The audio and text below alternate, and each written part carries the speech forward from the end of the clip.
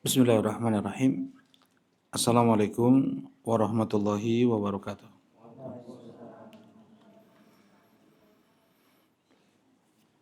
Innal hamdalillah nahmaduhu wa nasta'inuhu wa nastaghfiruh wa na'udzu billahi min shururi anfusina wa min sayyiati a'malina. May yahdihillahu fala mudhillalah wa may yudlil fala hadiyalah. Asyhadu an la ilaha illallah wahdahu la syarikalah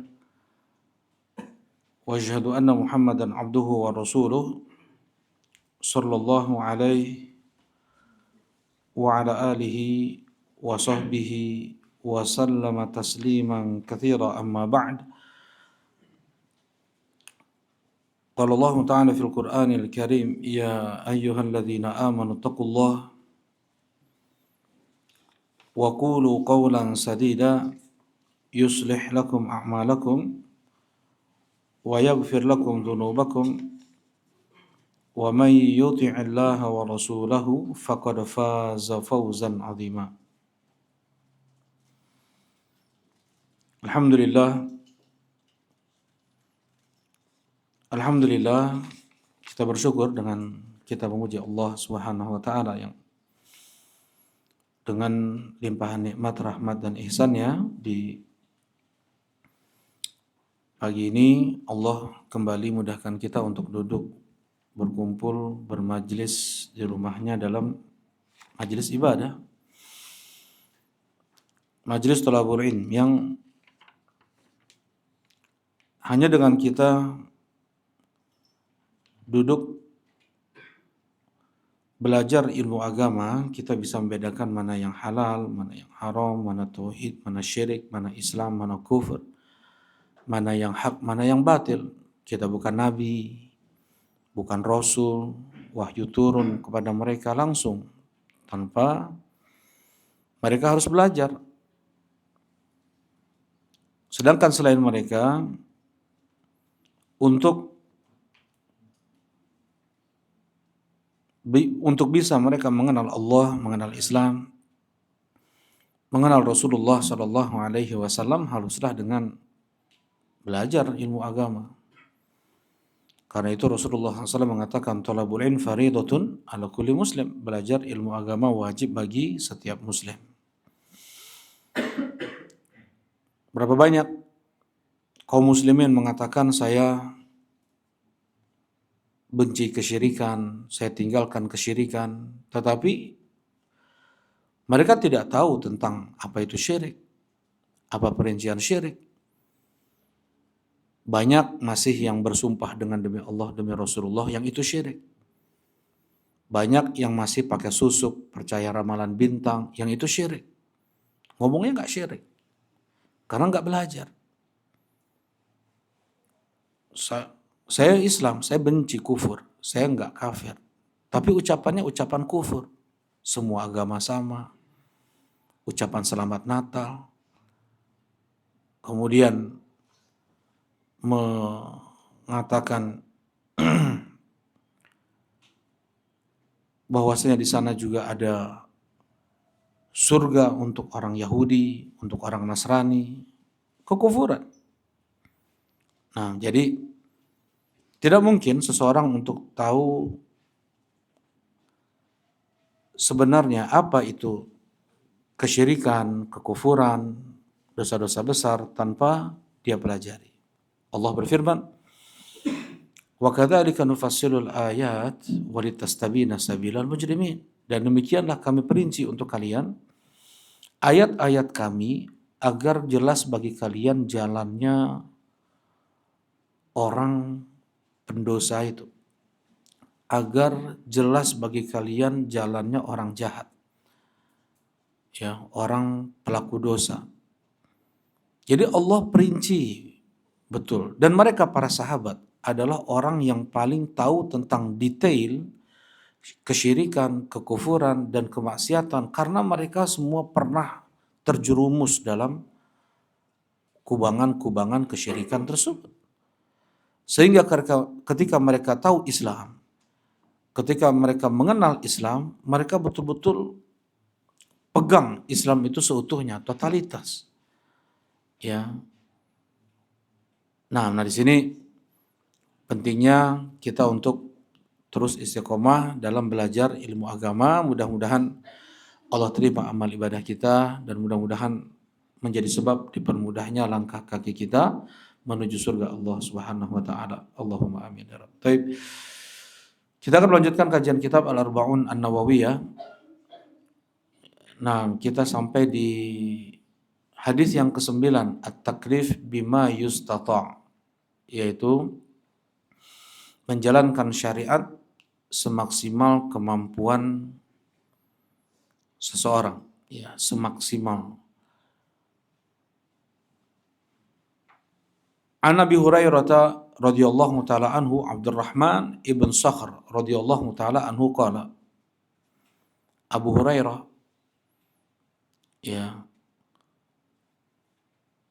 biasanya kunyah itu dengan nama anak laki-laki pertama. Anak laki-lakinya mungkin anak yang keempat, yang kelima, yang sebelumnya perempuan, maka kita boleh untuk berkunyah dengan nama anak laki-laki pertama. Atau dengan anak perempuan misalnya. Anak perempuan kita yang pertama, boleh. Seperti sahabat Nabi Abu Ruqayyah. Tapi umumnya berkunyah itu dengan nama anak laki-laki pertama. Seperti Rasulullah, Utsman bin Affan, Ali bin Abi Thalib, ya. Atau berkunyah dengan nama yang dia sukai sebenarnya. Walaupun tidak ada nama anak dengan nama itu. Ya. Taib. Atau misalnya dengan hobi, misalnya hobinya apa nih? Hobinya Vespa, ya. Abu Vespa misalnya. Ya, boleh saja. Boleh saja. Seperti di sini Abu Hurairah suka main dengan kucing. Nah, maka kunyahnya Abu Hurairah, dapat kucing. Ya. An Nabi Hurairah Abdurrahman ibn Sakhr. Nah, kalau nama yang paling dicintai oleh Allah apa? Nama yang paling berarti paling bagus di sisi Allah itu apa? Ada yang tahu? Ibu-ibu ada yang tahu, Bu? Di atas, Bu? Akang-akang, nama yang paling dicintai oleh Allah.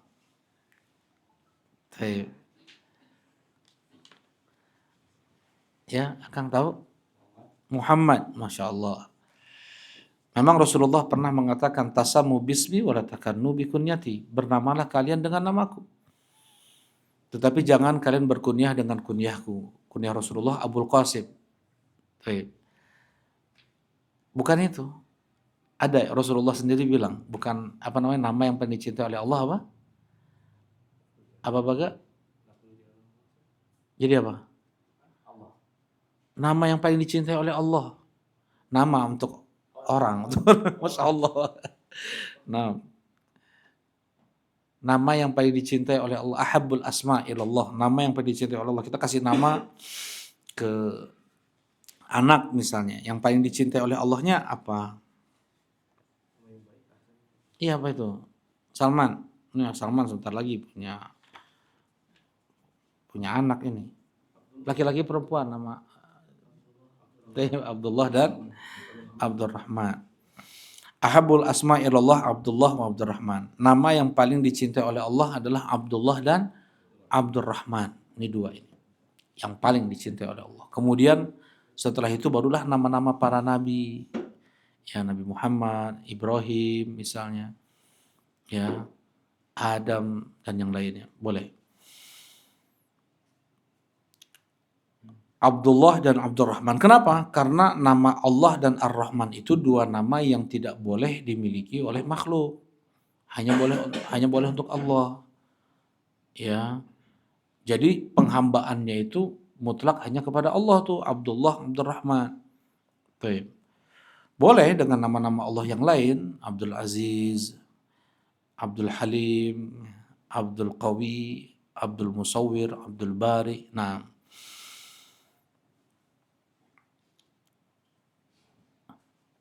Nah, an Abi Hurairah Abdurrahman ibn Sakhar radhiyallahu taala anhu qala, beliau berkata, sami'tu Rasulullah sallallahu alaihi wasallam yaqul, aku mendengar Rasulullah sallallahu alaihi wasallam bersabda, ma nahaitukum anhu fajtanibu, apa yang aku larang dari kalian tinggalkan. Wa ma amartukum bihi fa'tu minhu mastata'tum, dan apa yang aku perintahkan kepada kalian kerjakan semaksimal kemampuan kalian. Fa inna ma ahlakal ladzina min qablikum, sesungguhnya binasa umat sebelum kalian kasratu masailihim, karena banyak bertanya, wa ikhtilafuhum ala anbiyaihim, dan penyelisihan mereka terhadap nabi-nabi mereka. Baik. Hadis ini ada sabab wurud. Kalau ayat sabab nuzul, ya. Kalau ayat Al-Qur'an sabab nuzulnya, sebab turunnya. Kalau hadis sabab wurud, sebab terucap hadis tersebut oleh Nabi Shallallahu alaihi wasallam. Nah, ini hadis ini diriwayatkan oleh Al-Imam Muslim rahimahullahu taala. Khatabana Rasulullah sallallahu alaihi wasallam faqala ya ayyuhan nas qad faradallahu al-hajj 'alaikum fahujju. Ya. Rasulullah sallallahu alaihi wasallam berkhutbah, wahai sekalian manusia, Allah telah wajibkan atas kalian haji, maka berhajilah kalian. Ya. Kemudian seseorang bertanya, aqullu 'am ya Rasulullah, apakah setiap tahun kami harus haji ya Rasulullah? Rasulullah diam, tidak menjawab. Dan Rasulullah nggak suka pertanyaan ini. Ya. Jadi ada pertanyaan, nanti akan kita bahas, ada pertanyaan yang boleh untuk ditanyakan, ada pertanyaan yang tidak boleh untuk ditanyakan. Ya. Dan ini diantara pertanyaan sebenarnya yang tidak boleh untuk ditanyakan. La tas'alu an asya in tubda lakum tasukum. Jangan kalian bertanya tentang sesuatu apabila sudah ada jawabannya, kalian membuat kalian berat, membuat kalian buruk. Jadi kayak gini. Mereka para sahabat sudah banyak ilmu agama mereka, belajar dari Nabi Shallallahu alaihi wasallam. Ya, kemudian mereka bertanya tentang sesuatu ini dan itunya, khawatir turun syariat karena sebab pertanyaan tersebut. Dan kemudian menjadi apa? Menjadi berat bagi mereka. Nanti akan ada penjelasan insyaallah. Kemudian ditanya lagi, Rasulullah diam lagi. Ditanya lagi sampai 3 kali. Kemudian Rasulullah mengatakan, "Lau qultu na'am lawajabat wa lam mastata'tum." Andaikan aku bilang iya. Bertanya nih, apakah haji itu wajib setiap tahun ya Rasulullah? Kalau aku bilang iya, maka akan wajib. Ya. Dan kalian tidak akan mampu. Jadi hukum asal perintah Nabi SAW itu wajib. Ini dalilnya nih. Ya, kalau seandainya Rasulullah memerintahkan sesuatu, itu hukum asalnya adalah wajib, kecuali di sana ada dalil yang mengubah hukum wajib tersebut menjadi sunnah. Ya, misalnya, laula an asyqa ala ummati la amartuhum bisiwak inda kulli shalah. Andaikan aku tidak memberatkan umatku, maka aku akan perintahkan mereka untuk bersiwak sebelum salat. Bersiwak sebelum salat. Kata Rasulullah, andaikan aku tidak memberatkan umatku, jadi beban nih, ya, maka aku akan perintahkan mereka untuk bersiwak. Berarti apa jadi? Wajib tuh, untuk bersiwak sebelum sholat. Nah, Rasulullah tidak perintahkan, agar tidak, yang kemudian hukumnya tidak wajib. Kalau Rasulullah perintahkan, maka hukumnya menjadi wajib. Seperti itu. Nah, demikian pula ini. Kalau Rasulullah bilang, iya, setiap tahun, maka hukum haji setiap tahun hukumnya apa? Wajib. Bisa nggak kita setiap tahun haji? Mampu nggak kita? Wala mastata'tum, kalian nggak bisa. Ya. Nah, sekalipun yang memiliki harta, sekalipun yang badannya kuat, fisik kuat, belum tentu mereka mampu haji setiap tahun.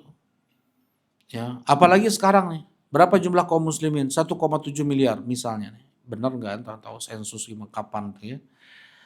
1,7 miliar jumlah kaum muslimin. Semuanya datang ke Mekah. Nggak mungkin. Orang yang haji cuma 4 juta. Ya ini 1,6 miliar. Mau semuanya haji? Nggak mungkin. Ya. Tsumma qala dzaruni ma taraktukum. Kemudian Rasulullah SAW mengatakan, dzaruni ma taraktukum. Biarkan apa yang aku lapangkan untuk kalian. Maksudnya, kalau aku nggak bilang sesuatu, ya udah diam aja.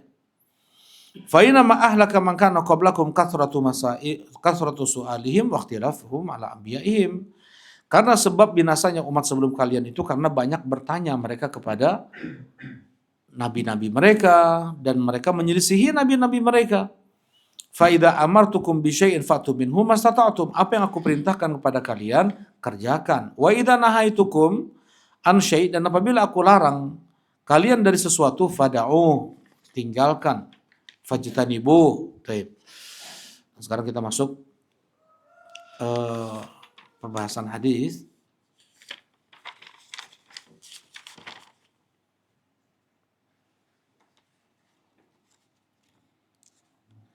Nah, jadi Rasulullah SAW mengatakan, ma nahaitukum anhu fajtanibu. Apapun yang aku larang kepada kalian, fajtanibu, jauhi. Jadi kayak gini ya. Ini bahasa Arabnya janab, jambun, sisi. Bahasa Arabnya sisi itu adalah janbun. Janbun. Ini janbul aiman, ini janbul aisar. Sisi kanan, ini sisi kiri.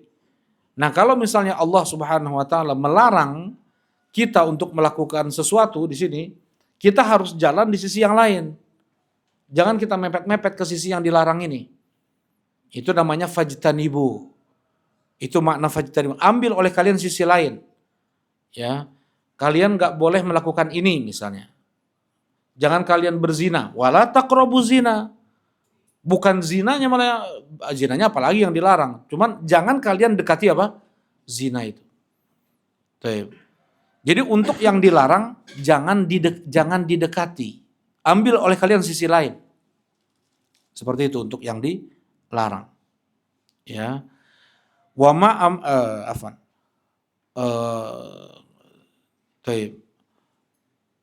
Ma nahaitukum anhu fajtanibu. Apa yang aku larang dari kalian maka tinggalkan. Ya, jangan dekati. Itu makna fajtanibu. Nah, apalagi mendatanginya. Karena sangat mudah seseorang untuk jatuh pada apa yang dilarang ketika dia sudah mendekati hal tersebut. Ya, jadi kayak gini.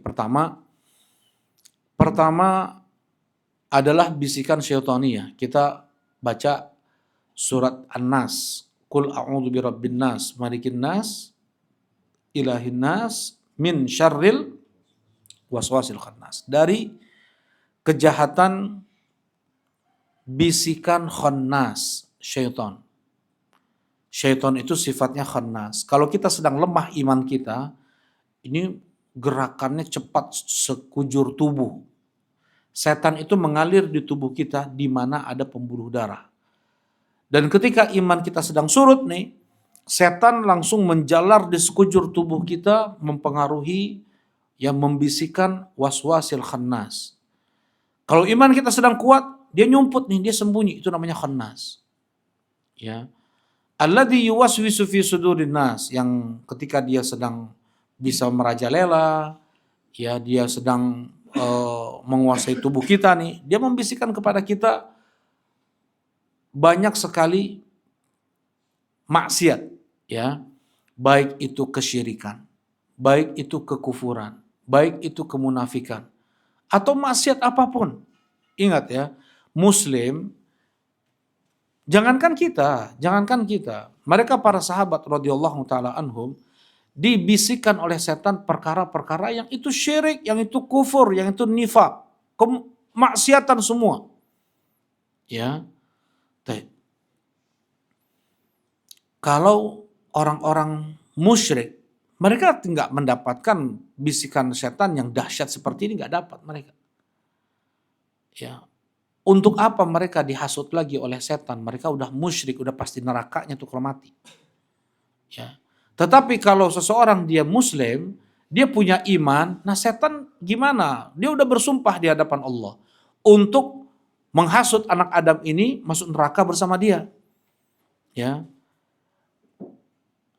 Inna syaitana yajri bin ibni Adam majrad dam, kata Rasulullah. Sesungguhnya setan itu mengalir di tubuh manusia di mana ada pembuluh darah. Dan semua qarin setan yang selalu bersama kita ini masing-masing semuanya kafir. Kecuali setannya, kecuali jinnya siapa? Yang ada pada Rasulullah SAW, dia masuk Islam. Dia masuk Islam, dia tunduk dengan syariat Islam. Dan dia tidak membisikkan kepada Nabi kecuali kebaikan. Ya, sedangkan kepada kita macam-macam kesyirikan, kekufuran. Datang mereka para sahabat kepada Nabi SAW dan berkata, ya Rasulullah, inna najidu fi anfusina ma yata'adzam ahadun yatakallam bih. Ya Rasulullah, kami dapatkan dalam hati kami sesuatu yang tidak mungkin kami ucapkan. Enggak mungkin. Diucapkan udah kufur udah kalau diucapkan. Kalau diucapkan syirik sudah. Ya. Rasulullah bertanya, awaqad wajadtumu? Sudah kalian dapatkan itu? Iya ya Rasulullah, dzaka mahdul iman. Itulah semurni-murni iman. Dzaka sharihul iman. Itulah seterang-terang iman. Bagaimana itu maksudnya? Apa baga?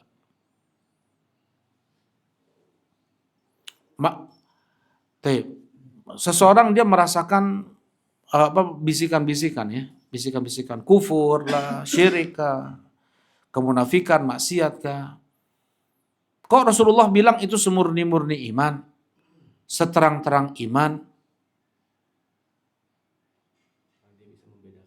Nah, jadi betul, dia gelisah, dia memerangi, dia mengingkari, dia menolaknya. Penolakan, peperangan, pengingkaran itu dari imannya. Kalau orang yang gak ada imannya, apa yang terlintas dalam kepalanya itu diucapkan. Apa yang terlintas dalam hatinya itu yang dia lakukan. Itu orang gak ada iman tuh. Dia gak menolak, dia gak memerangi. Ya, ini apalagi kalau dia gak tahu ilmu agama, gak bisa membedakan mana yang hak, mana yang batil. Dia akan ucapkan saja, dia gak merasa itu adalah salah, ini dan itu. Karena memang imannya lemah. Dan gak mungkin seorang dia mempunyai iman yang benar, iman yang kuat tanpa dia belajar ilmu agama, itu gak mungkin. Karena itu, ya, seorang mukmin itu dia mempunyai wawasan iman yang, dia mempunyai wawasan ilmu yang sangat banyak. Dengan itu dia bisa mengingkari apa yang itu mungkar. Ya, nah ketika muncul dalam diri dia bisikan-bisikan yang itu kemungkaran, bentuknya kekufuran, ya coba mengucapkan selamat Natal. Muslim mengucapkan selamat Natal, apa? Itu kufur itu. Kufur. Dia bersuka cita, dia senang hatinya bahagia dengan lahirnya Tuhan.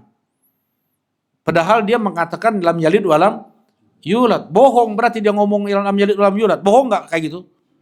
Dusta dia mengucapkan lam yalid walam yulad itu. Orang yang mengatakan selamat Natal, nah seperti itulah konsekuensinya sebenarnya. Tapi karena mereka bodoh, makanya tidak dihukumi itu.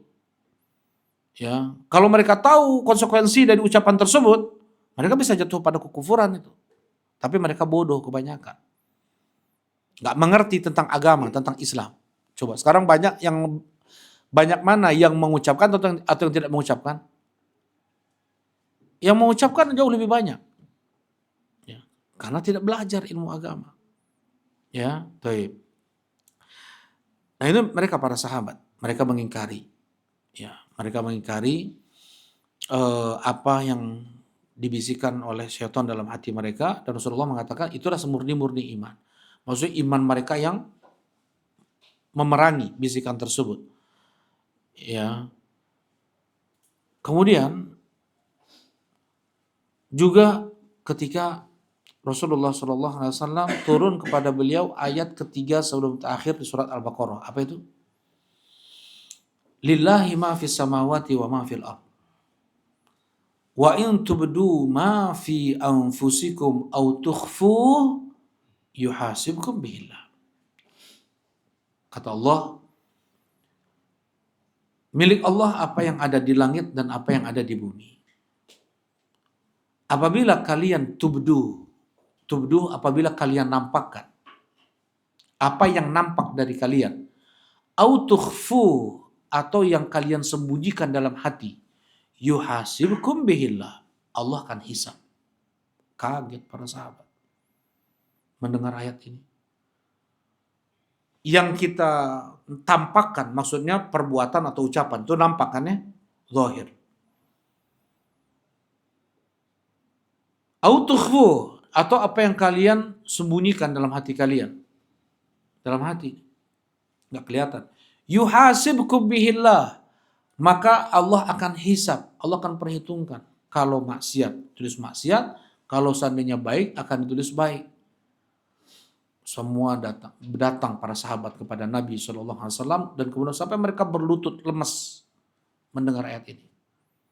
Jathu ala rukab, seperti itu hadisnya. Mereka berlutut di atas, mereka terduduk di lutut mereka dan berkata, ya Rasulullah, Engkau perintahkan kami untuk sholat, kami mampu. Puasa, kami mampu. Engkau perintahkan bahkan kami untuk berjihad, kami mampu. Tapi turun kepadamu ayat ini, memperhitungkan apa yang ada dalam hati, kami tidak mampu, ya Rasulullah.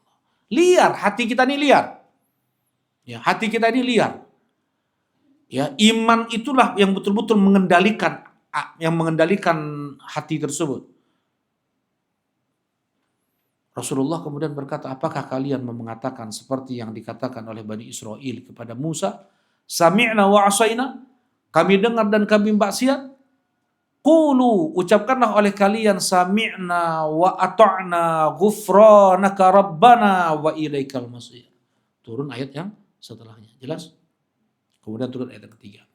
La yukallifullahu nafsan illa wus'aha.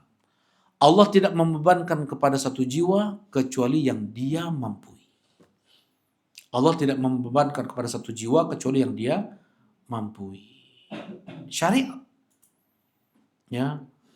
Laha makasabat wa 'alaiha maktasabat. Untuk dia pahala apa yang dia dapat, apa yang dia lakukan dari kebaikan. Untuk dia dosa, apa yang dia lakukan dari keburukan. Laha makasabat wa 'alaiha maktasabat. Rabbana la tu'akhidna in nasina aw akhtana. Wahai Rabb kami, jangan engkau hitung dosa, apa yang kami luput, keliru, dan apa yang kami lupa di sana. Naam, kata Allah. Iya, Allah ampuni. Semuanya dari doa-doa setelahnya ini pun Allah bilang naam, naam, naam, naam. Iya, iya, sampai akhir doa di surat Al-Baqarah tersebut. Nah, disinilah maksudnya apa? Mereka para sahabat sendiri merasakan, maksud liar hati mereka itu. Ya. Dan Rasulullah Shallallahu Alaihi Wasallam pula dengan tegas mengatakan, Innallaha tajawaza li ummati ma hadatsat bihi anfusaha ma lam yaf'al aw yatakallam. Sesungguhnya Allah mengampuni apa yang terbesit dalam hati manusia selama tidak dia ucapkan, selama tidak dia lakukan. Ya, Allah ampuni. Tapi kalau sudah dia ucapkan atau dia lakukan, terus dosa. Nah, yang menahan seseorang untuk tidak dia ucapkan, untuk dia tidak lakukan, apa itu? Iman tadi. Jelas itu ya? Yang menahan dia untuk tidak mengucapkan apa yang terbesit dalam hati. Ya. Yang menahan dia untuk tidak dia melakukan ini dan itu, maksiat, ini dan itu, adalah imannya. Nah, ini beberapa hadis yang datang tentang liarnya hati seseorang. Ya, jangan, itu tadi Anda bilang ya, jangan apa namanya, ini orang yang kuat imannya seperti itu. Mereka para sahabat radhiyallahu taala anhu. Seperti itu keadaan hati. Dan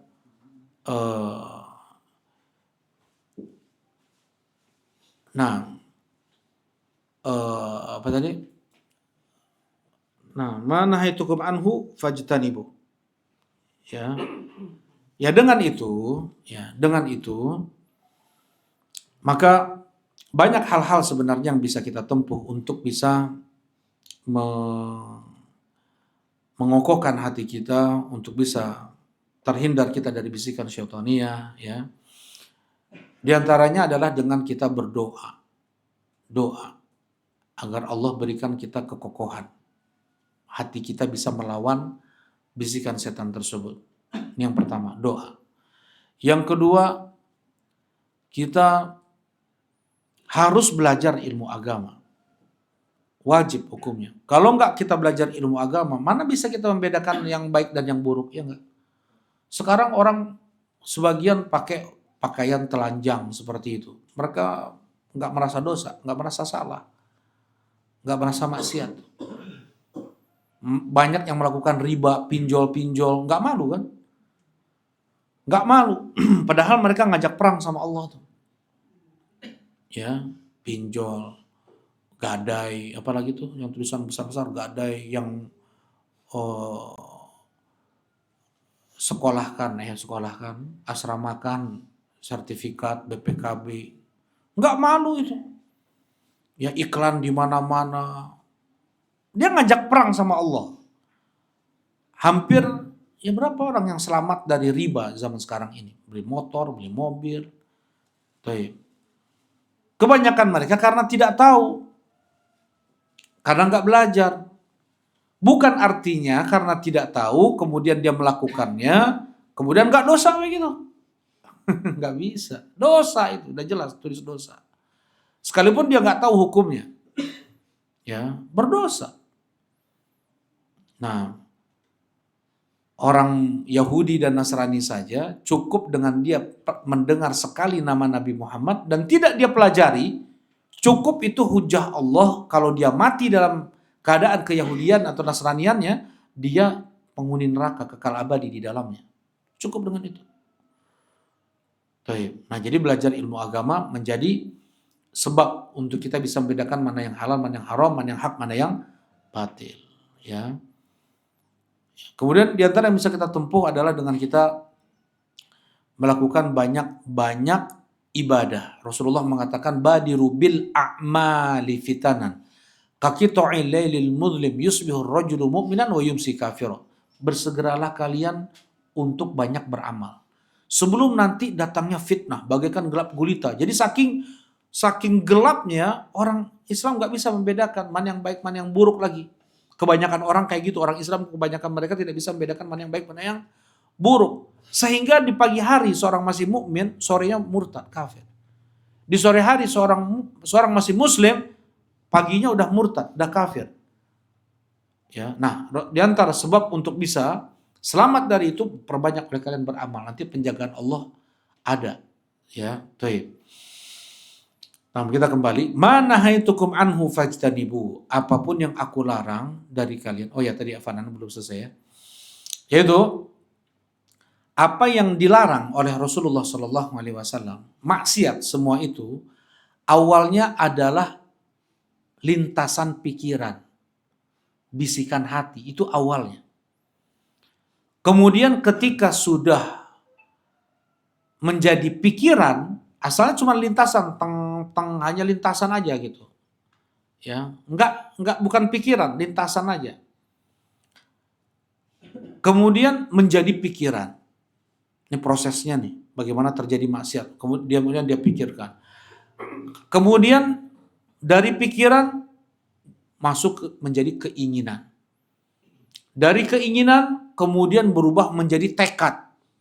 Kalau udah tekad, itu udah 90%, semua akan dia hadang. Dia harus melampiaskan tekadnya tersebut. Mau siapapun yang menasehati orang ini, ya hanya 1% yang bisa dinasehati. Selebihnya dia akan lawan, mau orang tuanya, mau gurunya, mau siapapun, mau menasehati orang udah tekad, udah dia dikuasai oleh hawa nafsunya, tinggal melakukannya saja, nggak akan bisa. Banyak yang seperti ini. Ya, nah ini proses untuk terjadinya maksiat. Jadi pertama adalah bisikan hati, kemudian menjadi pikiran, kemudian menjadi keinginan, kemudian menjadi tekad, baru perbuatan. Nah, bagaimana seseorang dia bisa selamat? Dari sejak awal muncul bisikan hati tersebut, dia alihkan. Atau masih pikirannya masih baru 10%. Ya, lintasan pikiran itu baru 1% atau 0,1% lah kekuatannya. Kalau udah jadi pikiran, mungkin 5%, 10%, dia langsung alihkan. Jangan dia pikirkan itu, pikirkan yang positif. Atau yang hal-hal menyibukkan dia, perkara yang mubah lah, atau perkara yang itu, apalagi kalau seandainya dia bisa menghadirkan keimanan, akhirat, ya, tentang sifat-sifat Allah, maka lebih mudah dia untuk meredam hawa nafsunya. Seperti itu, jelas ini ya. Nah, kalau sudah menjadi tekad, nah udah dia akan mengerjakan apa yang dilarang oleh Allah Subhanahu wa taala. Baik. Ma nahaitukum anhu fajtanibuh. Apapun yang aku larang kepada kalian, kata Rasulullah SAW, jauhi. Ya. Ada kaidah yang dibuat, la harama ma'a al-ittirar gitu. Tidak ada yang haram apabila dalam keadaan darurat. Tidak ada yang haram apabila dalam keadaan darurat. Tetapi para ulama menyebutkan dua syarat agar ya perkara haram itu boleh diterjang, ya, kalau dalam keadaan darurat. Tapi ada dua syarat. Yang pertama, tidak ada alternatif lain. Yang kedua, hilang kemadaratan tersebut.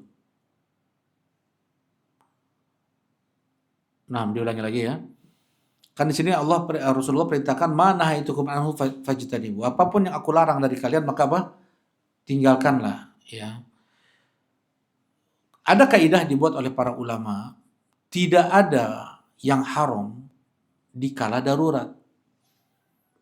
Ya, tidak ada yang haram di kala darurat.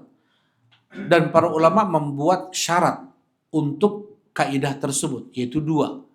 Boleh dia menerjang yang haram kalau ada dua syarat ini. Yang pertama adalah tidak ada alternatif lain. Nggak ada cara lain untuk bisa dia selamat misalnya. Yang kedua, madaratnya itu hilang. Yang madarat, yang apa madarat, yang apa? Yang madarat, bahasa Indonesia lah ya. Yang madaratnya itu hilang gitu. Yang madaratnya itu hilang, bisa. Kalau nggak hilang ya nggak boleh. Misalnya orang di satu keadaan nggak ada lagi yang dia makan, kecuali hewan yang diharamkan, bertaringkah atau ya bertaring, entah itu kucing, entah anjing, entah naudzubillah, atau yang lainnya. Kemudian atau binatang-binatang yang diharamkan, ya, seperti keledai dia sedang pakai keledai ini, ya, sedang pakai keledai di suatu tempat, udah nggak ada lagi makanan, udah jatuh, udah pingsan nih. Kalau dia lanjutkan mati nih.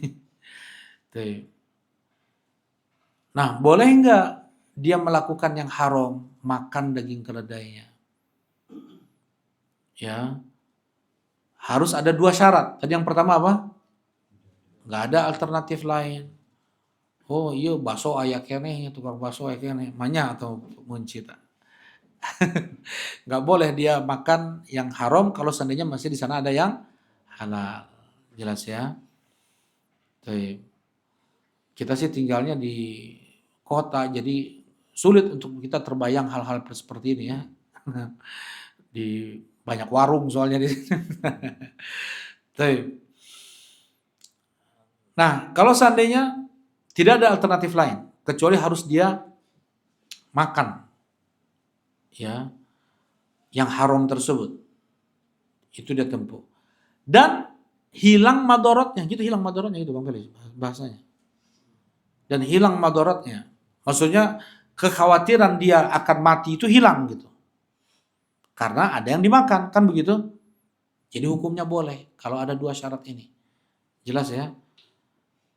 Sebagian ulama mengatakan gimana kalau seandainya dia orang udah pergi di satu tempat safar, ya, haus. Nggak ada yang diminum kecuali khamr. Ada khamr. Boleh nggak dia minum khamr? Dikatakan oleh sebagian ulama bahwasanya khamr itu tidak menghilangkan haus. Ya. Jadi kalau dia kehausan, nggak ada alternatif lain. Hilang nggak madorotnya? Nggak hilang, maka nggak boleh dia minum khamr. Jelas itu? Ya.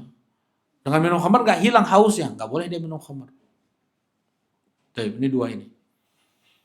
Ya, jadi harus ada tadi apa? Tidak ada alternatif lain. Yang kedua, hilang madorotnya. Satu-satunya keadaan boleh seseorang itu minum khamr di saat darurat adalah ketika dia tersedak. Ya, tersedak. Ya naudzubillah ya. Misalnya apa namanya? Makan makanan tersedap di sini nih. Mungkin bakso benernya. Sampai ke tenggorokan dia tuh, nggak bisa telan, nggak bisa keluar. Ya, nggak bisa. Harus dia minum yang banyak gitu. Nah, yang nggak ada pada saat itu yang di atas meja dia kecuali khamar. Ayo mah. Tuh. Dia minum bisa. Nah, pada saat kalau enggak dia mati. Kan gitu kehabisan napas ya. Nah, pada saat itu saja dia boleh minum khamar itu. Kata para ulama-ulama fikih, satu keadaan seorang bisa minum khamar hanya pada saat itu saja. Kalau yang tadi enggak boleh. Kenapa? Karena khamar tidak menghilangkan apa? Haus. Oke, jelasin insyaallah. Oke. Nah ini yang dikatakan oleh para ulama. Mana haitukum anhu fajtanibu. Apa yang aku larang dari kalian, tinggalkan. Karena semua yang dilarang oleh Allah itu bisa kita tinggalkan. Ya. Wa ma amartukum bi fatubinhu mastata'tum, dan apa yang aku perintahkan kepada kalian kerjakan semaksimal kemampuan kalian. Karena apa yang diperintahkan oleh Allah dan Rasul-Nya itu tidak semua bisa kita kerjakan. Tidak semua bisa kita kerjakan. Karena itu kita kerjakannya semaksimal kemampuan kita. Berbeda dengan tadi yang dilarang. Tidak ada ucapan dari Nabi tinggalkan semaksimal kemampuan kalian, itu enggak ada. Tinggalkan semaksimal kemampuan kalian, itu enggak ada. Tapi kalau perintah kerjakan semaksimal kemampuan kalian. Bisa dibedakan ya? Semua yang dilarang oleh Allah dan Rasul-Nya itu mesti bisa kita tinggalkan. Bisa kita tinggalkan. Semua yang dilarang itu mesti bisa ditinggalkan. Ya, dilarang makan ini, ya udah nggak usah makan. Dilarang minum, ya udah nggak usah minum. Dilarang riba, zina, ya udah tinggalkan. Maksudnya nggak usah dekati itu, nggak usah dekati riba, zina, tato, semua tinggalkan tuh. Bisa nggak? Semua yang dilarang itu bisa ditinggalkan. Ya, tetapi semua yang diperintahkan belum tentu bisa kita kerjakan. Karena itu yang diperintahkan adalah kita kerjakan semaksimal kemampuan kita. Jelasin insyaallah? Baik. Ya. Nah, sekarang mana yang lebih afdol? Meninggalkan yang dilarang atau mengerjakan yang diperintah? Mana yang lebih afdol? Ibu-ibu, mana yang lebih afdol ibu-ibu? Mengerjakan yang diperintah atau meninggalkan yang dilarang? Ya, mengerjakan perintah.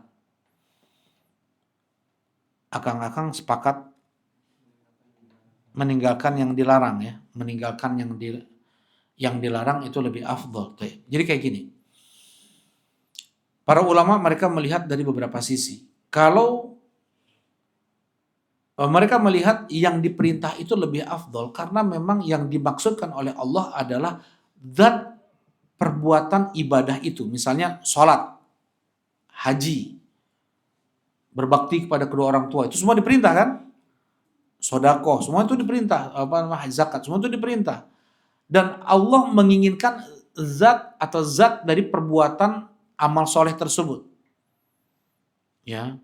Sedangkan meninggalkan yang dilarang kan kita nggak ada zat yang yang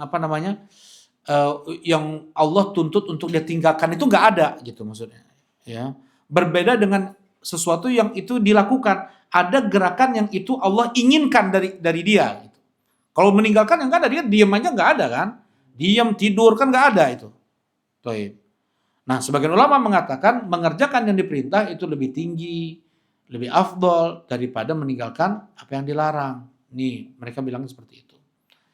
Kemudian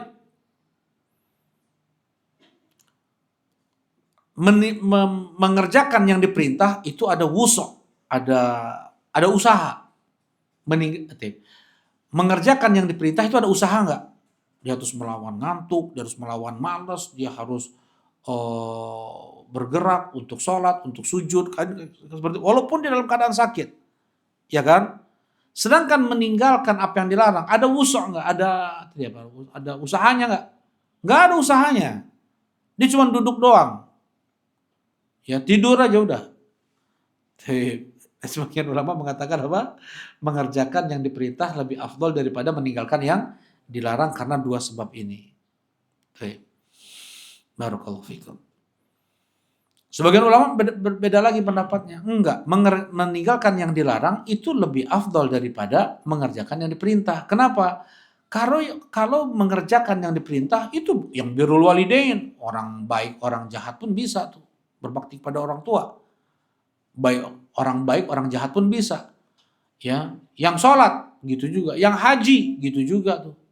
Haji umroh baik orang jahat pun apa? Bisa. Puasa Ramadan bisa. Ya.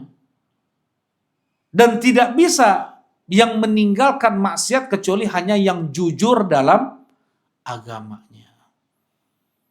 Ya. Tawaran maksiat tersebut ada di hadapan dia. Ini khomer, ini riba. Ayo antum kan kebutuh atos ya. Nih uang nih, kasihlah pinjaman lah. Ya, dendanya mah kecil, bunganya 1%. Wah, kebutuh duit. Ada tawaran, coba kira-kira. Berat nggak dia untuk meninggalkan maksiat itu sebenarnya? Daripada sholat. Sholat 5 waktu dia kerjakan di masjid. Ini godaan maksiatnya, godaan maksiat. Dia sedang butuh duit. Anaknya minta uang, istrinya minta uang, ada tawaran kayak gini. Ya, berat kan? Zina misalnya. Makanya para ulama mengatakan meninggalkan maksiat itu lebih berat seperti Nabi Yusuf alaihi salatu wassalam. Nabi Yusuf alaihi salatu wassalam bahkan dari musibah. Nabi Yusuf mendapatkan musibah kan? Dilempar ke sumur, dijual oleh saudaranya, itu musibah kan? Beliau bisa melepaskan diri beliau dari musibah tersebut? Nggak bisa. Anak kecil, abang-abangnya udah gede-gede nih, kuat-kuat mereka ini. Dilempar ke sumur, ya udah pasrah aja. Dijual menjadi budak, dijauhkan dari orang tuanya Nabi Yakub. Ya nerimanya Nabi Yusuf. Ya, berat Nabi Yusuf kan? Baik. Kemudian banyak lagi kedoliman yang dilakukan. Setelah itu, dia dihadapkan dengan wanita yang paling cantik se-Mesir pada saat itu. Kemudian sudah bersolek, ditutup pintu rapat-rapat semuanya. Nggak ada yang tahu, nggak ada di rumah itu kecuali hanya Nabi Yusuf dan wanita. Dia wanitanya menggoda. Ya, mana yang lebih berat? Nah, apakah ketika tertimpa musibah yang tidak ada pilihan bagi Nabi Yusuf, atau yang pada saat itu ada pilihan nggak Nabi Yusuf untuk melakukan maksiat? Ada pilihan. Nah, jadi ketika seorang dihadapkan ada pilihan dan tidak ada pilihan, yang ada pilihan itu yang lebih berat. Itu yang lebih berat apa? Keadaannya dan lebih tinggi tingkat sabarnya. Nah, jadi sabar dalam menjauhi larangan Allah itu bahkan bisa jadi lebih tinggi daripada dia bersabar atas musibah yang menimpa dia. Apalagi bersabar atas mengerjakan perintah Allah Subhanahu wa taala. Karena itu para ulama mengatakan bersabar dalam meninggalkan maksiat itu lebih tinggi daripada bersabar dalam menjalankan perintah Allah. Hanya orang yang jujur dalam agamanya. Tapi dan memang kita meninggalkan apa yang dilarang oleh Allah itu baru kita dapat pahala itu kapan dapat pahala? Iya, misalnya nih, ya betul barakallahu fikum. Jadi kapan kita berpahala meninggalkan maksiat? Misalnya sekarang nih kita duduk di masjid belajar, ya. Apakah kita juga dapat pahala meninggalkan maksiat? Riba, judi tadi. Apakah kita mendapatkan pahala meninggalkan maksiat? Enggak. Jelas ini? Kapan kita mendapatkan pahalanya, Kang? Kapan kita mendapatkan pahala meninggalkan maksiat? Ketika apa? Ketika tawaran maksiat itu ada di hadapan kita dan kita berhasil apa? Meninggalkannya. Kalau tawaran maksiat tersebut ada di hadapan kita, kalau godaan maksiat tersebut tidak ada di hadapan kita, apa usahanya kita untuk meninggalkan maksiat tersebut, yang nggak ada. Jelas nih ya, nggak ada pahalanya. Kayak kita di sini nggak ada pahalanya. Tapi kalau godaan maksiat tersebut ada di hadapan kita, kemudian kita tinggalkan, disitulah kita mendapatkan pahala meninggalkan maksiat. Jelas ini insya Allah? Jelas ya? Baik. Nah, seperti misalnya yang Rasulullah Shallallahu Alaihi Wasallam perintahkan kepada para sahabat yang suka duduk pinggir jalan. Rasulullah larang sebenarnya, nggak boleh duduk-duduk pinggir jalan. Iyyakum wajlusu fit turuqat. Jangan kalian duduk-duduk pinggir jalan. Ya Rasulullah, malana min majalisina buddun. Ya Rasulullah, gimana ini tempat nongkrong kami katanya. Sebagai sahabat muda kali ya. Nah, ini tempat duduk-duduk kami ya Rasulullah. In kana labud kata Rasulullah. Kalau memang ya harus kalian duduk di pinggir jalan itu sebenarnya merusak, menjatuhkan harga diri seseorang. Duduk di pinggir jalan itu sebenarnya dulu ya. Ya sampai sekarang pun nggak pantas orang untuk duduk pinggir jalan. Karena apa yang pinggir jalan macam-macam kan, yang orang jalan lewat macam-macam nih. Ya, kalau seandainya kalian harus duduk pinggir jalan, maka berikanlah hak jalan. Apa itu hak jalan? Ada yang bertengkar, kalian damaikan. Ada kemungkaran, kalian ingkari kemungkaran. Ada wanita lewat, tundukkan pandangan kalian. Bisa kayak gitu. Nah, duduk-duduk pinggir jalan nih. Ya, ada kemungkaran harus diingkari. Ada yang berkelahi, ada yang berselisih, harus didamaikan. Ada wanita lewat, harus menundukkan pandangan. Repot atau ya. Nah ini hak jalan, kalau nggak dosa. Duduk pinggir jalan. Itu kata Rasulullah SAW. Nah maksudnya seseorang dia akan mendapatkan pahala ketika dia tahu nih ini ada maksiat nih, ya. Dia alihkan pandangannya ke yang lain. Nah, pada saat itu dia berpahala meninggalkan maksiat. Ya, baik. Ma nahaitukum anhu fajtanibuh wa ma amartukum bihi fa'tu minhu mastata'tum. Apa yang aku larang dari kalian tinggalkan. Dan apa yang aku perintahkan kepada kalian kerjakan semaksimal kemampuan kalian. Ya, ini. Kemudian yang berikutnya bagian kedua dalam hadis ini, fa innama ahlakal ladzina min qablikum kathratu masailihim wa ikhtilafuhum ala anbiya'ihim. Dan sebab binasa umat sebelum kalian itu karena sebab banyaknya pertanyaan. Binasa umat terdahulu itu banyak sebabnya, banyak. Ya, umat-umat terdahulu, kaum Ad, kaum Samud, kaum Lut, kaum Nuh, ya, bahkan kampung-kampung aja yang baru-baru berapa puluh tahun yang lalu, 100 tahun yang lalu, ada kampung di mana sampai dibenamkan oleh Allah, ya, kampung rame, dipindahin ujung gunung, masuk tuh ke kampung tersebut, nggak ada lagi yang tersisa, maksiat semua dikerjakan di sana. Apa sebab mereka ini dibinasakan oleh Allah? Ya, banyak sebabnya. Ya. Dan yang paling jelas karena sebab apa? Maksiat semua itu. Jangankan satu kampung, kita aja kena sakit, kita kena musibah apapun, itu semua karena maksiat yang kita lakukan. Ada orang ngeganggu kita, menyakiti kita, ya, itu ada orang yang mencaci kita, ngomong kasar ke kita, itu semua karena maksiat yang pernah kita lakukan sebelumnya. Rasulullah SAW, Allah Subhanahu wa taala berfirman, "Ma asobakum min musibatin fabima kasabat aydikum wa ya'fu an katsir." Apapun musibah yang menimpa kalian itu semua karena sebab ulah perbuatan kalian. Ya. Wa ya'fu an katsir, dan Allah maafkan banyak lagi dosa yang kalian lakukan. Coba, kalau ini misalnya kita kan banyak dosa nih. Kita banyak dosa, jangankan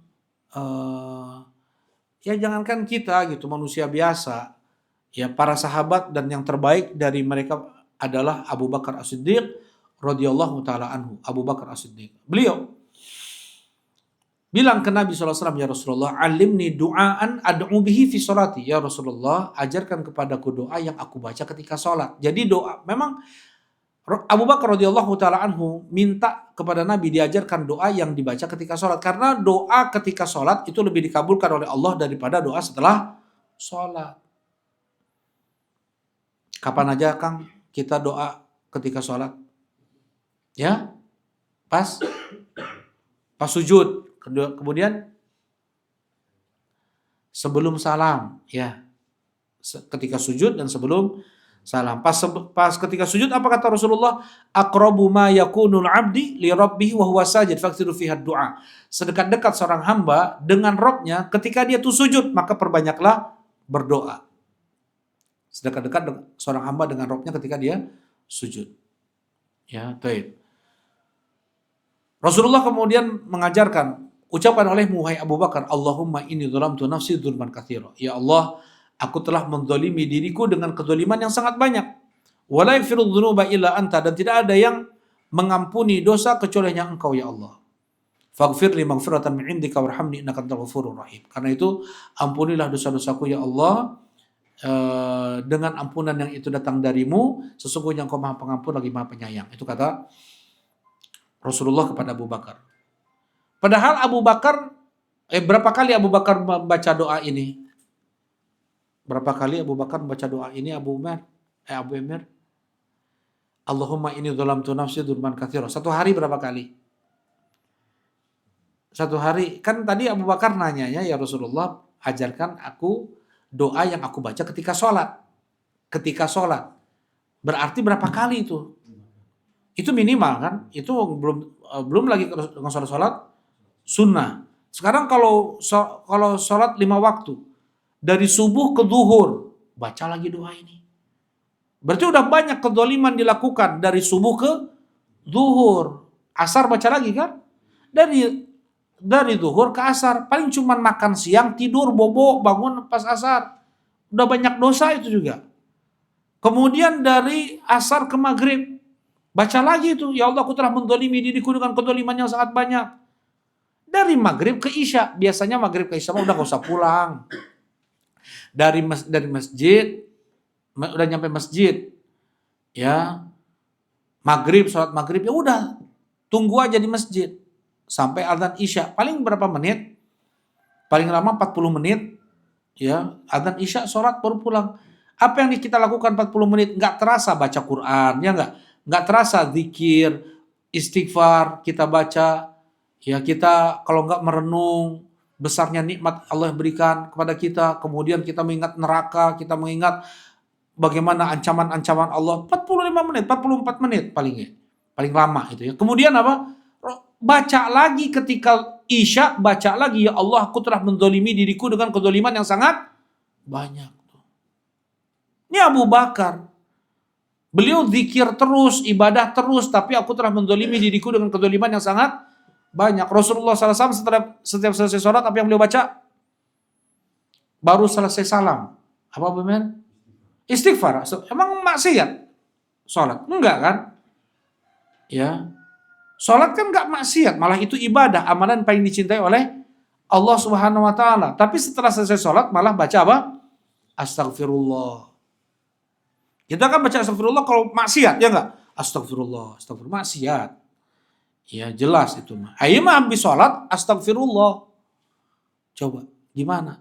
Rasulullah SAW beliau tidak pernah merasa sudah melakukan yang seharusnya dalam ibadah itu. Enggak. Masih banyak kekurangan ibadah beliau untuk Allah itu. Enggak sepenuh hati diberikan kalau kita nih. Masih ngalamun kene, ingat motor, ya ingat anu di imah, ingat kerjaan, ingat nanti utang bener, kunci nulungit lah, nah, ada aja yang dipikirkan tuh. Jadi kita nggak sepenuh hati, nggak yang harusnya kita lakukan itu betul-betul kita tuh mematung ketika ibadah, takbiratul Allahu Akbar, mematung karena kita berhadapan dengan zat yang ya Rabbul Alamin, yang mencipta seluruh alam semesta ini. Kita berhadapan kira-kira dengan bupati, dengan bupati atau dengan makhluk pejabat mungkin siapa. Kita duduknya rapi, mematung, ya nggak mematung. Kita mematung, mau agak garo kali, nggak akan mungkin kita garuk-garuk, nggak akan mungkin kita berdiri turun, enggak kan? Kita perhatikan ucapannya, kita susun ucapan kita pula kalau berbicara, kan gitu. Orang yang kita muliakan, yang kita agungkan, itu orang. Sedangkan sholat Rabbul Alamin, bukan orang, bukan manusia, yang mencipta seluruh alam semesta ini. Ya, masih kita nggak memberikan yang terbaik untuk Rabb kita itu. Makanya dosa tidak memberikan yang seharusnya kepada Allah itu. Makanya setelah selesai sholat kita ucapkan apa? Astagfirullah, astagfirullah, astagfirullah. Itu dalam hal ibadah. Apalagi perkara yang mubah, berarti banyak juga kekurangan kita kan, yang mubah-mubah, dagang ini semua ada juga pasti teledornya tuh, ada aja maksiatnya tuh. Apalagi yang sudah jelas itu maksiat. Jadi perbanyak kita untuk beristighfar. Itu amalul yaumi istilahnya mah. Amalan setiap hari, setiap waktu, tobat istighfar teh. Bukan seminggu sekali, bukan 2 hari sekali, tetapi setiap waktu. Ya, baik. Nah, tadi Anda bacakan ayat ma asabakum min musibatin fa bima kasabat aydikum wa ya'fu an katsir. Apapun musibah yang menimpa kalian, itu semua karena sebab ulah perbuatan kalian. Itu kata Allah Subhanahu wa taala. Wa ya'fu an katsir. Dan Allah maafkan lagi banyak dosa yang kalian lakukan. Jadi yang Allah timpakan kita menjadi musibah, ya, hikmahnya apa sih kita dikasih musibah? Hikmahnya apa? Gimana Kang Halim? Agar kita kembali kepada Allah. Ya. Di antaranya untuk kita diampuni dosa-dosanya, ditinggikan derajat. Ada hikmah lah. Ada hikmah di balik musibah apapun, tanda cinta Allah, sayang Allah kepada seorang hamba. Banyak hikmahnya.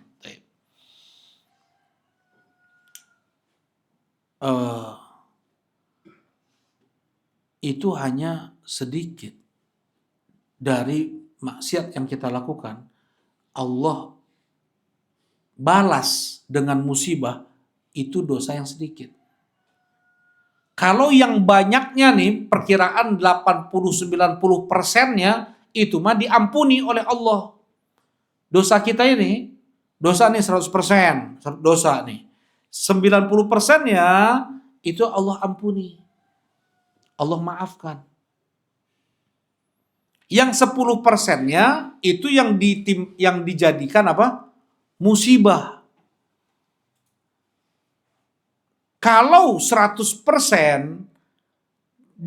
dijadikan musibah semuanya, apa yang terjadi? Ya, hancur. Nggak ada lagi satu makhluk hidup pun di dunia ini. Bermaksiat dengan lidah. Dengan lisan nih, dia ngomong bohong. Dia ngegibah.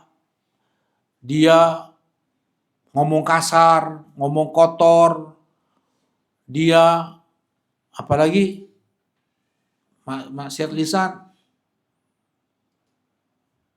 lisan, bohong, bercanda, tapi apalagi kalau orang-orang bercandanya udah masalah agama ya, bercanda ke agama itu bisa kufur itu. Ya, kalau satu kali bohong, satu kali maksiat dengan lisan saja langsung Allah balas, belatung itu udah. Di lisan, mata, belatung, telinga gitu juga. Udah nggak ada lagi. Kalau langsung Allah balas. Allah Subhanahu wa taala berfirman surat An-Nahl, "Walau yu'akhidullahu an-nasa bi dzulmihim ma taraka 'alaiha min dabbah." Andaikan Allah langsung membalas setiap dosa yang dilakukan oleh hambanya, maka tidak tersisa lagi satu makhluk hidup pun. Habis semuanya. Jadi ya'fu an katsir, 90% dosa itu Allah maafkan sudah. Setiap harinya kayak gitu. Setiap harinya seperti itu. Setiap waktunya, setiap saatnya Allah maafkan. Banyak dosa yang kita lakukan. Yang Allah timpakan kepada kita karena sebab ulah kita itu yang sedikitnya tuh. Jadi musibah, kena sakit, kena musibah ini, musibah itu, ada ini, ada itu. Ya, untuk tergugurkan dosa-dosa kita yang sedikit itu. Untuk meninggikan derajat. La yazalul bala fi mu'minin fi ahlihi wa nafsihi wa malih hatta kharaja minad dunya wa laysa khatiyah. Kata Rasulullah SAW, ya, terus bala akan menimpa seorang mukmin pada hartanya, pada jiwanya, pada keluarganya. Ya, harta mungkin hilang, rusak, jiwa mungkin luka, sakit, keseleo, apapun itu. Jiwa, keluarga, mungkin keluarga pun ada yang sakit, ada yang hilang juga. Ya, sampai dia keluar dari dunia ini tidak lagi membawa dosa. Karena sudah gugur dosanya. Karena tadi apa? Musibah demi musibah. Kalau dia hadapi musibah tersebut dengan sabar. Kalau dia kesal, dia dapat musibah, dia kesal. Man radiya falahu ridha wa man sakhita falahu sukht. Siapa yang dia ridho untuk dia ridho Allah, dan siapa yang dia kesal untuk dia murka Allah. Untuk dia murka Allah. Jadi wajib untuk kita lapang, ya, sabar dengan apa yang yang Allah timpakan kepada kita. Baik. Ya. Nah, jadi yang menyebabkan binasanya umat terdahulu banyak, ya. Nah, yang disebutkan di sini cuma 2 oleh Syekh rahimahullah, oleh Rasulullah sallallahu alaihi wasallam. Apa itu? Kathratu masailihim, yaitu banyak nanya. Banyak nanya. Yang pertama, pertanyaan itu enggak semuanya dilarang oleh Islam, ya. Ada yang dilarang, ada yang dibolehkan. Pertanyaan yang dibolehkan, yang diharuskan, malah harus nanya, yaitu pertanyaan orang yang tidak tahu tentang kewajiban-kewajiban Islam. Seperti tentang perincian wudhu lah, tayamum gimana, sholat jamak qashar, ya. Tapi mungkin nggak kita akan mendapatkan kejadian itu? Ya, kemudian sholat pas sedang sakit gimana? Ada orang udahlah sakit dia nggak sholat lagi. Itu mah sudah jatuh, tertimpa tangga, tikus ruk, asup kena sumur atau gitu. Ya, udah sakit nggak sholat lagi. Ada nggak ya kayak gitu? Udah sakit nggak sholat? Ya kacau atuh. Ya. Nah jadi bertanya hendaknya, kalau saya sakit sholatnya gimana? Soalnya berat mau sholat. Baik. Kalau yang sakit boleh qashar nggak? 4 rakaat jadi 2 rakaat, duhur, asar, isya jadi 2 rakaat, boleh nggak? Bang Felis boleh? Boleh nggak Bang Felis? Boleh. Minum obat, jadi nggak bangun lagi gitu. Ketiduran.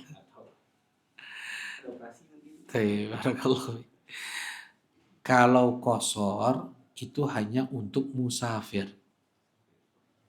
Kalau qashar itu hanya untuk musafir. Tapi kalau jamak boleh. Nah, jamak boleh.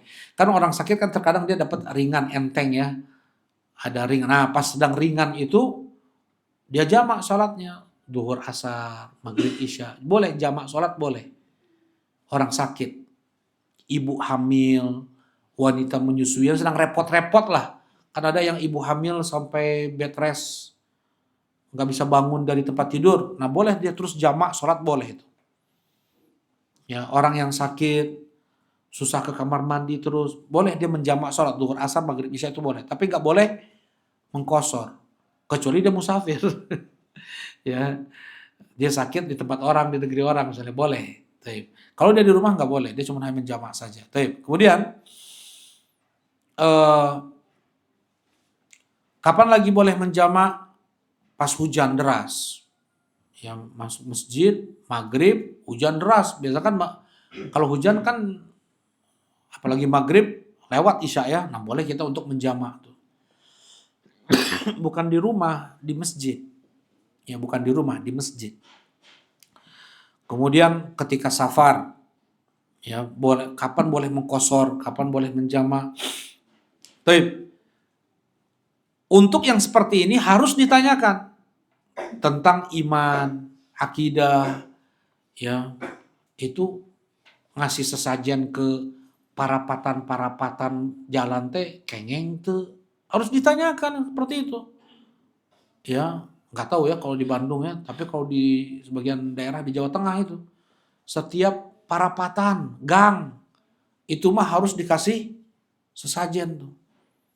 Ada bunga, ada air, ada ini dan itu, semua perempatan setiap subuh. Tuh. Nah boleh nggak ngasih? Nah ini perkara akidah, takdir. Boleh nggak kita nanya takdir? Nah, Afwan, kita sekarang yang wajib dulu, yang wajib dulu. Ya, Allah Subhanahu wa taala berfirman, "Fas'alu ahla dzikri in kuntum la ta'lamun." Bertanyalah kalian kepada ulama andaikan kalian tidak tahu. Ya. Nah, hukum jual beli misalnya wajib untuk kita tanyakan. Ya, boleh nggak dropship? Boleh nggak apa lagi? Jual beli emas, perak, mata uang dengan kredit. Boleh nggak beli uang 100.000 yang baru dengan 100.000 baru-baru semuanya nih 20 ribuan, 10 ribuan. Kita beli dengan harga 110.000 misalnya. Ya. Atau jual beli apa lagi ya misalnya. Nuker uang nih. Ada tukeran uang nggak? 50.000 dua, dia ada 100.000. Saya punya uang 100.000 minta 50.000 dua. Oh cuma punya satu. Ya nanti aja lah satu lagi. Itu udah riba itu. Nanti aja lah satu lagi. Itu nanti aja 50.000 lagi. Itu riba. Ribanya apa? Riba nasi'ah namanya. Jadi bagaimana? Harusnya udah pinjam aja lah kok kayak gitu, pinjam aja. Nanti aja nukernya. Pinjam dulu 50.000. Beda akad, beda hukum. Ya, kalau pinjam dulu 50.000 boleh. Ya, tapi kalau langsung nuker, nah, tapi nanti bayar yang sebagiannya itu nggak boleh, itu riba. Nah, ya jual beli sebagian baju, kaos yang apa tuh yang pakai bal-balan tersebut kan ditutup tuh, ya nggak tahu ini grade A, grade B, grade C itu nggak boleh itu, ya. Tapi kalau udah dibuka kita beli misalnya yang bekasnya itu nggak ada masalah. Boleh nggak sama pemerintah? Nggak tahu ya. Nggak boleh sama pemerintah ya. Nah ini yang pertama. Intinya ada pertanyaan yang wajib untuk ditanyakan. Itu terkait dengan agama, tentang fikih, tentang akidah. Ini wajib untuk ditanyakan. Yang pertama. Yang kedua adalah bertanya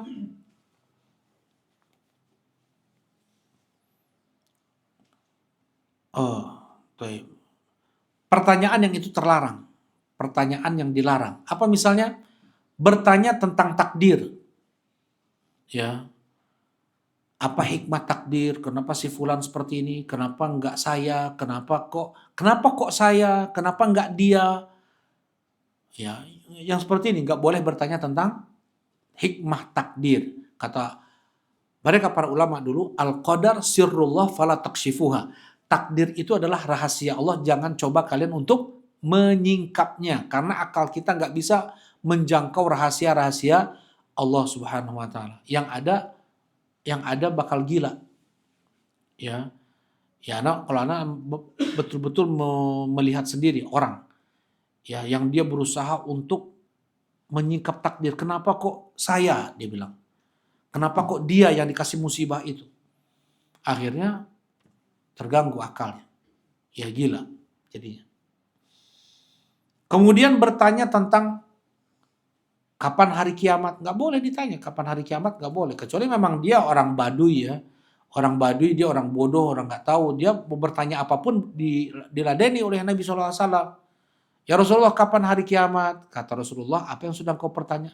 Apa yang sudah kau persiapkan untuk bertemu hari kiamat? Ini pertanyaan ini nggak boleh sahabat nanya, ya Rasulullah, kapan hari kiamat? Jumatnya. Jumatnya yang mana? Nggak boleh kayak gitu. Ya.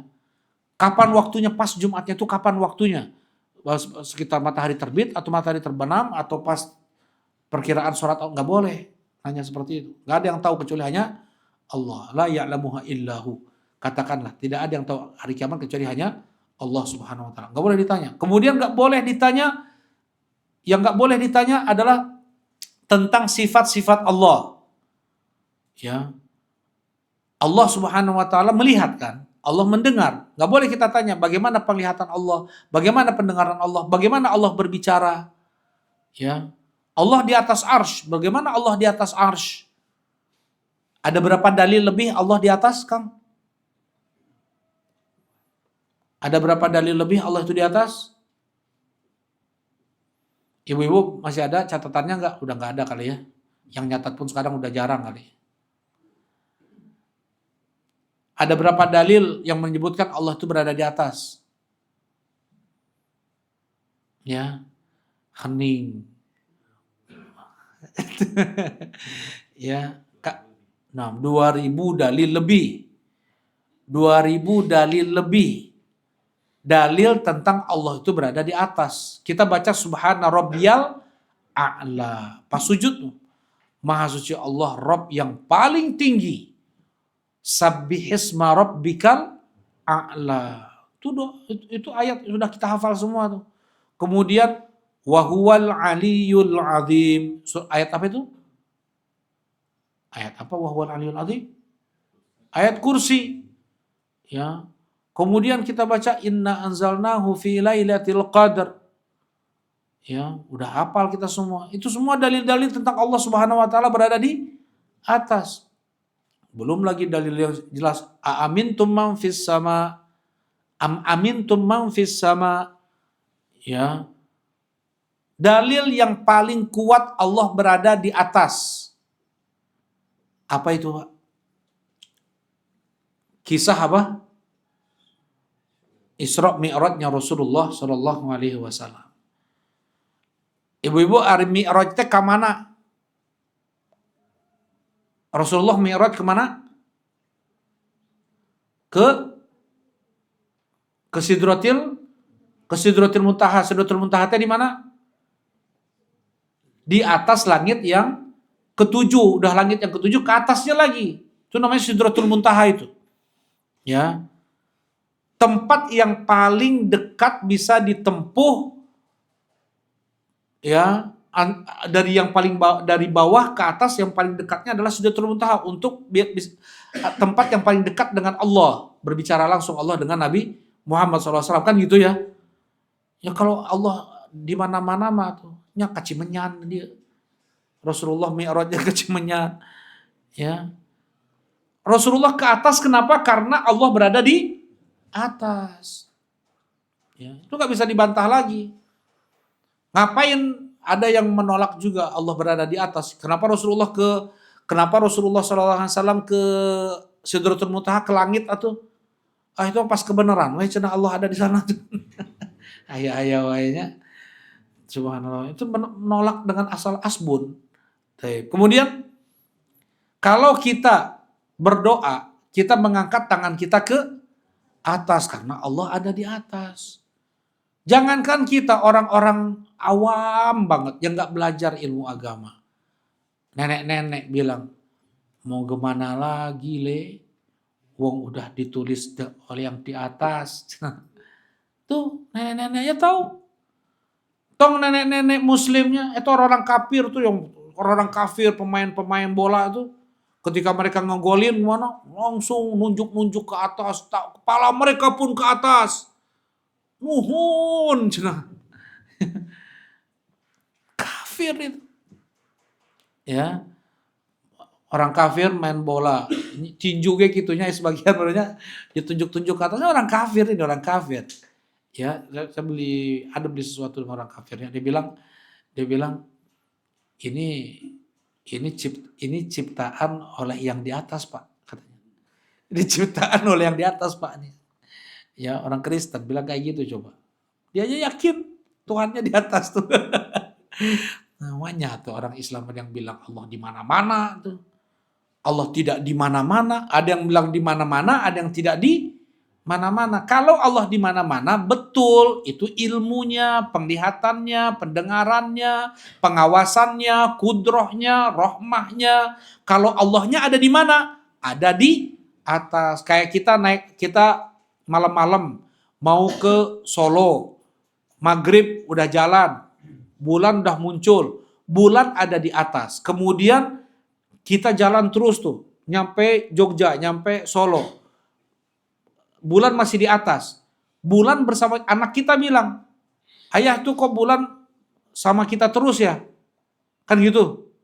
Membersamai kita terus. Allah bersama kita. Bulan bersama kita. Apanya? Cahayanya. Allah bersama kita. Apanya? Penglihatannya, pendengarannya.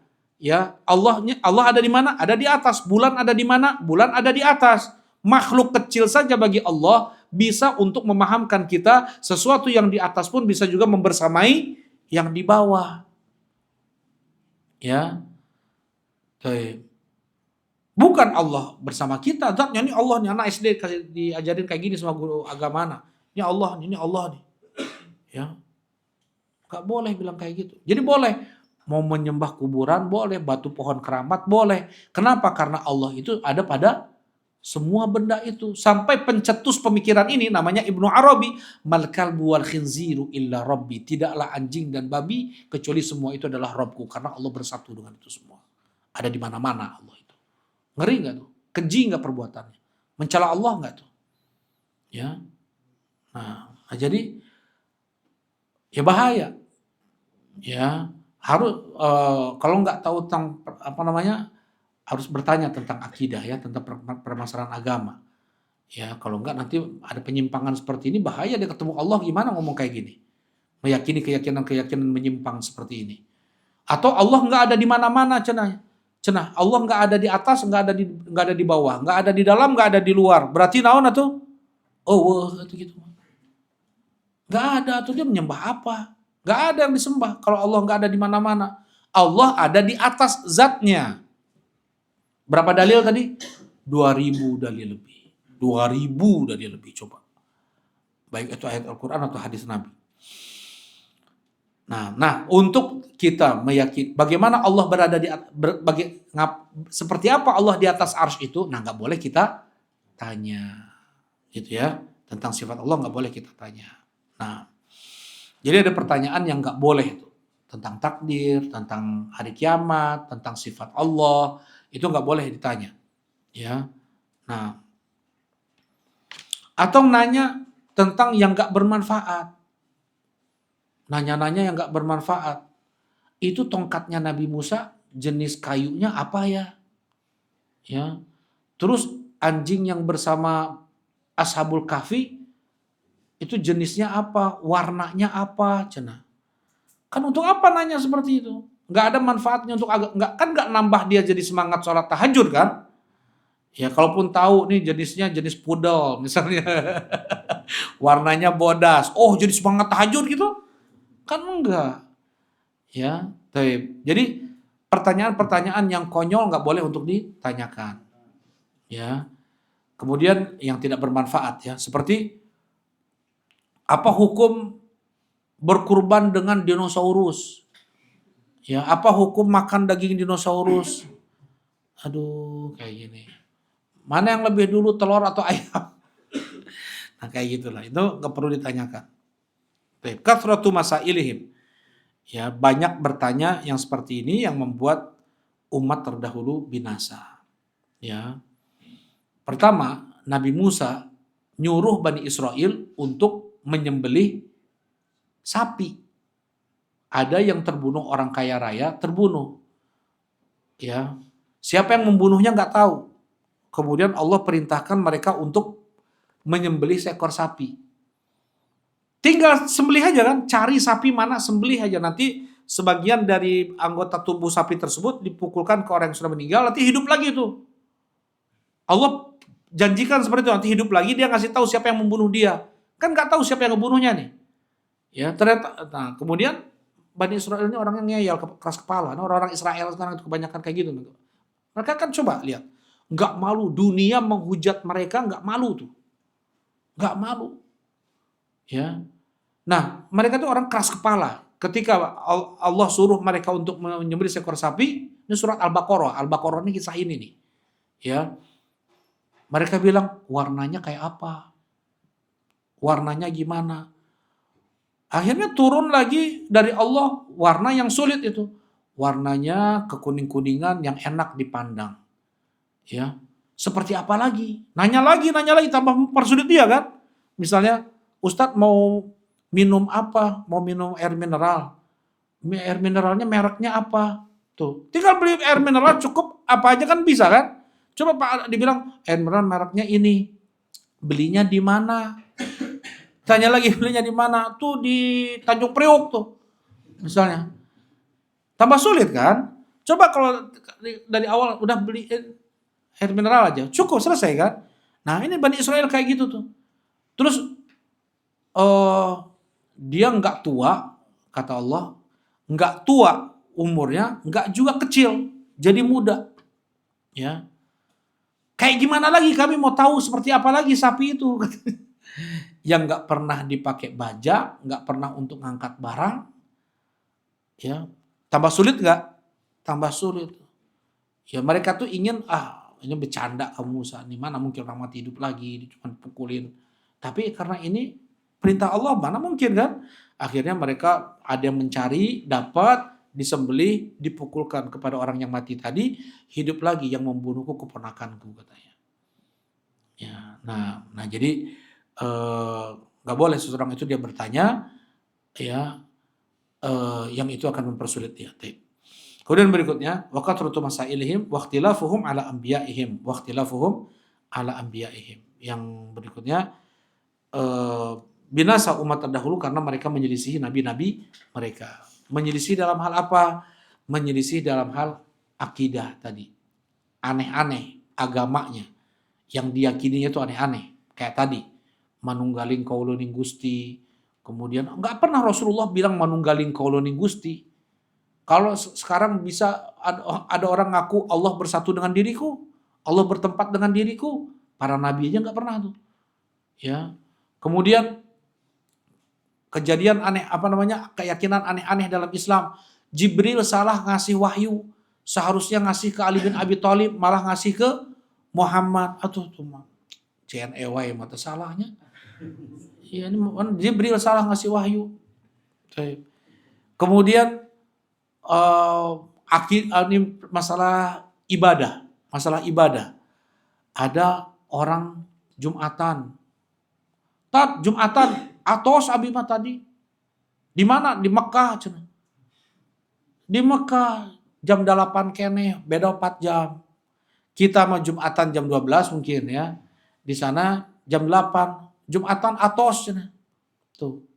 Kayak gitu. Beda aneh-aneh. Hayu haji kemana? Ke Tasik. Pokoknya 7 kali ke Tasik. Sami sekarang ke Mekah. Coba lihat. Ada nggak yang haji ke Tasik?